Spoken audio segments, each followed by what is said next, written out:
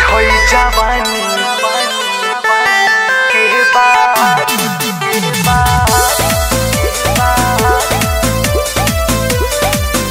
Music by Ravinder Mehta.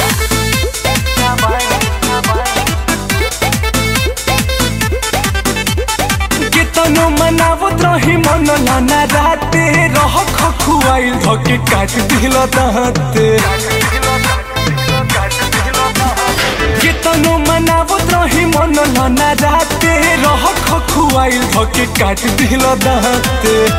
पूछेली भौजी हमार पूछेली भौजी हमार दिले निशानी के बाद लुटते होई जवानी के बाद झरत तोहार पानी के बाद लुटते होई जवानी के बाद झरत तोहार पानी के बाद।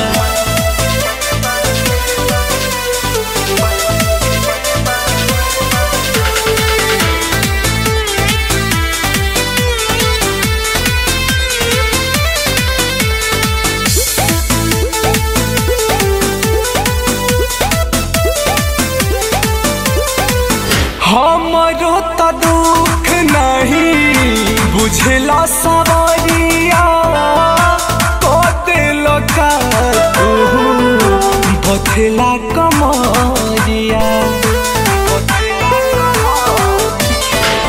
हमरो त दुख नहीं बुझला सवरिया तो दिल का तू बथला कमरिया। कहेली भौजिया के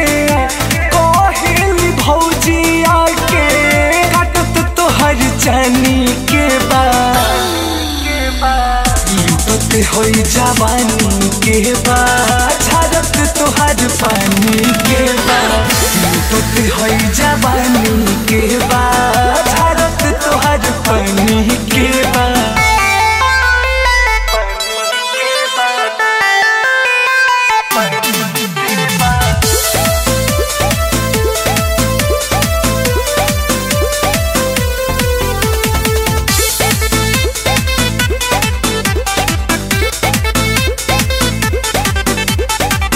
और पार शांत पाठक बदला तू मन के लेवे में मजा सजा दोना अपना धन के। और पार शांत पाठक बदला तू मन के लेवे में मजा सजा दोना अपना धन के।